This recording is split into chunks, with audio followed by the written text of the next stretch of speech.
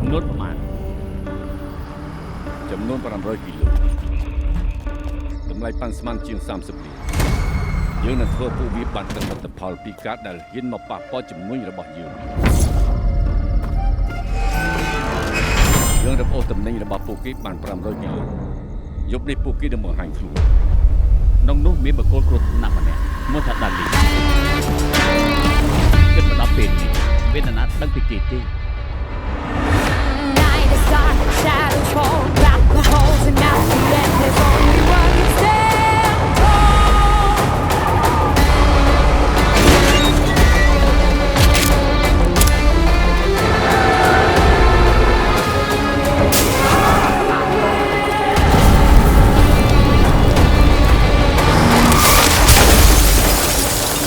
បានជួបពន្ធនាគារ10ឆ្នាំមកហើយដាលីក៏ខាងបានជួបមកកូនស្រីរបស់គេ10ឆ្នាំមកហើយដែរ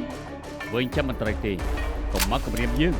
មិនមែនអាចតែម្នាក់ទេដែលមានគ្រួសារពួកគេទៅនោះក៏សុទ្ធតែមានគ្រួសារដែរអនាគតក្មេងគួរតែបានព្រីស្វាងតែនេះគ្មានប៉ានៅស្បែកខ្ញុំមិនបានបំពេញតាមសន្យាទេអេ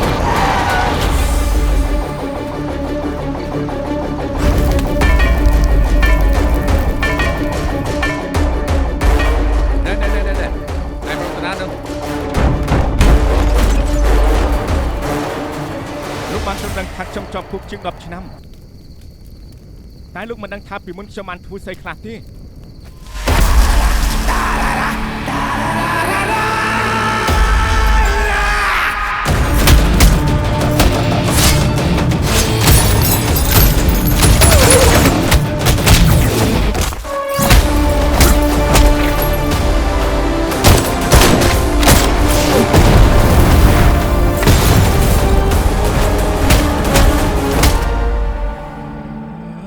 ជាអ្នកណាមីង